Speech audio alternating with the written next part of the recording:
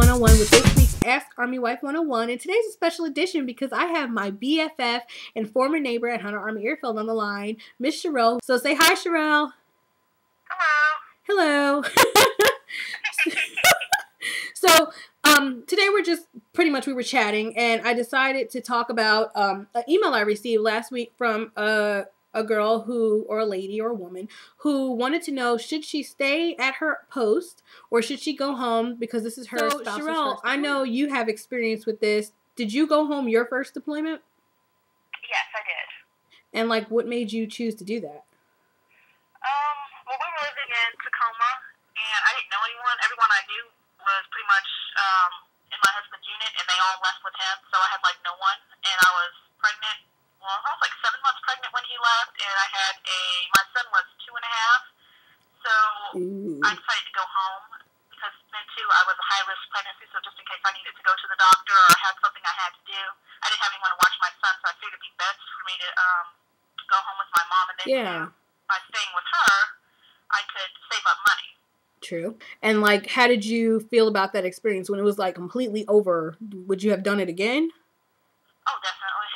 Oh yeah. So if and currently our spouses are both deployed now, but do you think at any time in the future would you consider doing another at-home deployment, meaning going home?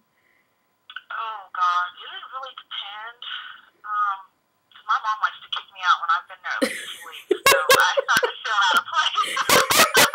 So it's doing the "when are you going home" crap. So I don't know. I mean, it has to be a pretty good reason, maybe she needed help with something, or it really was because I don't know. Maybe because I'm getting older. Before, when I first did, I was really young, so I felt like I needed the help. But I'm a lot older now. You needed mommy. And I've gotten better with handling stuff myself and taking care of things. I don't feel like I have to go home anymore. Yeah. At the most, I probably would visit maybe for a lengthy amount of time, but I wouldn't actually, physically pack up and then say, okay, I'm going to be at my mom's for 12 months. I'll see you when you get back. I wouldn't do that again. No. Yeah. Well, and I agree with that too. I think for me, maybe the first time, but see, I'm lazy. In case my readers didn't know, I'm very lazy, and for me to personally have to pack up and move home and give up housing and wait for or try to store goods and try to get my car to another location, that would have been a problem for me. And I think, and we've discussed this before, I think the other thing that a lot of spouses don't realize is trying to find a place before their spouse gets back.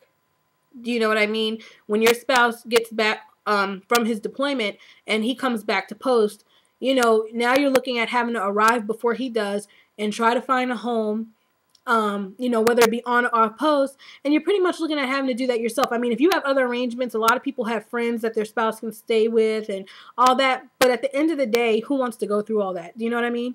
Excuse me. No, I did it twice, because when Corey left, I had to, like I said, I was pregnant, and then I had Nicholas, so I had to pack up our whole house, everything, and then movers came out, picked everything up, put it in a storage unit, and then I had to, clean the apartment, get it ready for move-out inspection. I had to get in contact with someone to pick up the car to ship it to my mom. Yeah. And then moving back, it was pretty much the same process, a little bit easier. I mean, I had to call and let them know, hey, I'm moving back. I got lucky, though, because we were able to move back to the same apartment that we had before he left, so that made it easy. And I had my mom coming back with me, so, it definitely, was a lot better than coming back and having to do it all over by myself again. At least she was there to watch the kids, but, I mean, it's got a plan. I mean, it'll work. I mean, I wouldn't just jump up and leave and have no plan of what you're going to do next. Exactly. That would be pretty foolish. Exactly. And I mean, that's just that. I agree to a certain extent. But like I said, now that, and this is mainly for those who are going through their first deployment, this information now that you hear here is coming from people who've been through, several deployments. So, you just take it in stride. And once again, I've always said that the decision to go home, back home is a personal decision. That's one of those questions that really nobody can answer for you except to just give their experience. But there are certain things I would just keep in mind. Keep in mind that, especially if you have kids, you have to take into consideration how they're going to feel too. You're dragging them out of their home.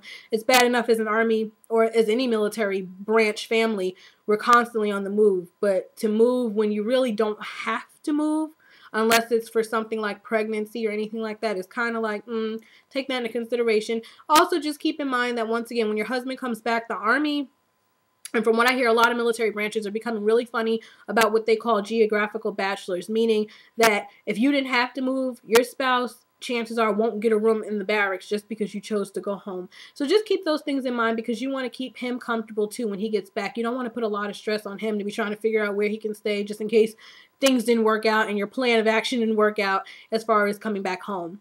So I hope that information helped you. With that said, this is Crystal, and Sherelle's on the line, and we'll be back sometime soon with Ask Army Wife 101. Thanks, Sherelle. No problem. Bye.